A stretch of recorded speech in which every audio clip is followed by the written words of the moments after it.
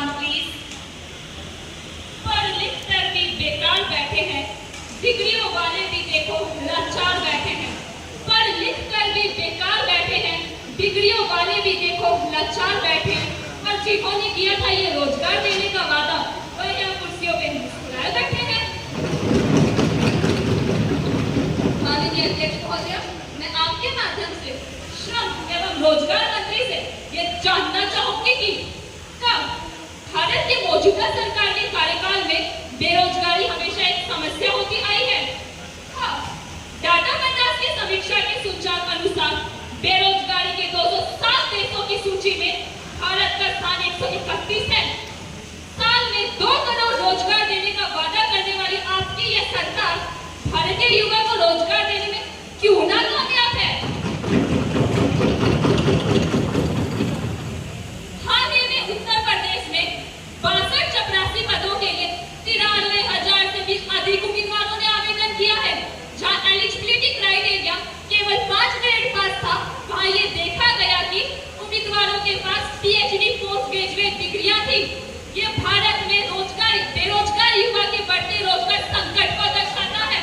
और क्या इस देश में डिग्री और ज्ञान का कोई महत्व नहीं?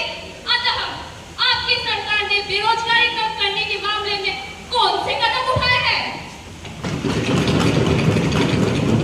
Honorable Minister for Labor and Employment, Mr. Shangi, please. माननीय अध्यक्ष महोदय, हमारी सरकार युवाओं के भविष्य को लेकर हमेशा गंभीर और चिंतित रही है। हमारा मानना है कि हमारे देश की युवा शक्ति हमारी सबसे बड़ी संपत्ति है और इसे ध्यान में रखते हुए हमारी सरकार ने रोजगार सृजन और युवाओं को सक्षम बनाने के लिए कई महत्वपूर्ण कदम उठाए हैं। अध्यक्ष महोदय, हमारी सरकार ने कौशल भारत मिशन के तहत अभी तक 10 लाख युवाओं को मुफ्त कौशल प्रशिक्षण प्रदान किया है, जिससे वे न केवल रोजगार प्राप्त कर सके बल्कि आत्मनिर्भर भी बन सके। हम भारत में स्टार्टअप इकोसिस्टम को बढ़ावा दे रहे हैं ताकि रोजगार बढ़ सके। हमारी सरकार स्टार्टअप कल्चर को प्रोत्साहित करती है ताकि युवा रोजगार देने वाले बने, न कि रोजगार लेने वाले। हमें यह बताते हुए खुशी हो रही है कि हमने इस दिशा में कुछ हद तक सफलता प्राप्त की है। उदाहरण के लिए कंपनियां जैसे अनअकैडमी, उड़ान और फ्लिपकार्ट यूनिकॉर्न बन चुकी है और हजारों लोगों को विभिन्न क्षेत्रों में रोजगार प्राप्त हुई है।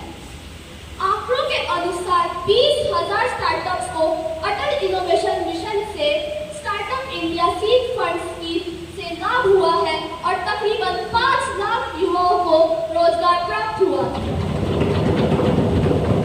महोदया, हमारी सरकार सरकारी नौकरियों के साथ साथ स्टार्टअप्स को भी बढ़ावा देती है, जिससे आने वाले समय में भारत विकास की नई बुलंदियां छुएगा। धन्यवाद।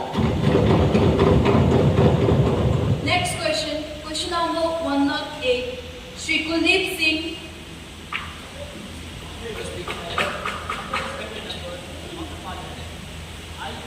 Standing here, the increasing cases of farmer suicides every year in a country that farmers are the backbone of food supply.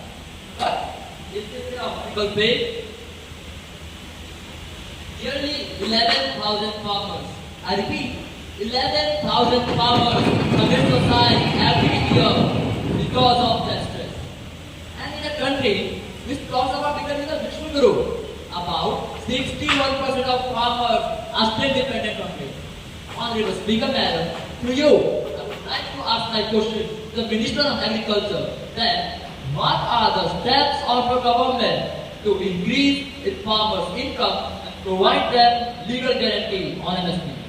आखिर कब तक MSP की कानूनी गारंटी के लिए किसानों को कर्ज पर उतरना पड़ेगा? जय जवान, जय किसान। Honorable Minister of Farm, Agriculture and Farmer Welfare, Mr. Mrinal, please. Honorable Speaker Madam and respected members, at this outset I express my deep concern and empathy regarding the difficulties faced by our farmers. Agriculture is indeed the backbone of our nation. And that is why the distress among farmers is a matter of utmost importance to our government. The issues of farmer suicides are heartbreaking. And we are determined to tackle it with all the resources we have. According to the Union Budget 2024, we will release 109 high-yielding and climate-resilient varieties of 32 crops for cultivation by farmers. The KCC scheme has also been strengthened to provide easier and cheaper loans to farmers, helping them avoid high-interest loans from informal sources and reduce the debt burden. Through Pradhan Mantri Fasal Bima Yojana, we will provide simple and affordable crop insurance product to ensure the comprehensive risk coverage for their crops. And as for the matter of MSP, our government has significantly increased the MSP for various crops, ensuring that farmers receive fair prices for their products. The government is exploring mechanisms to further strengthen the MSP framework, and discussions are ongoing to provide legal guarantee for the same. Now the question hour is over. Honorable Speaker, Minister of Agriculture and Farmers. No more supplementary question, please. Madam, the government stance means unimplemented. Everything is just on paper. Members, please maintain the decorum. Now the question hour is over.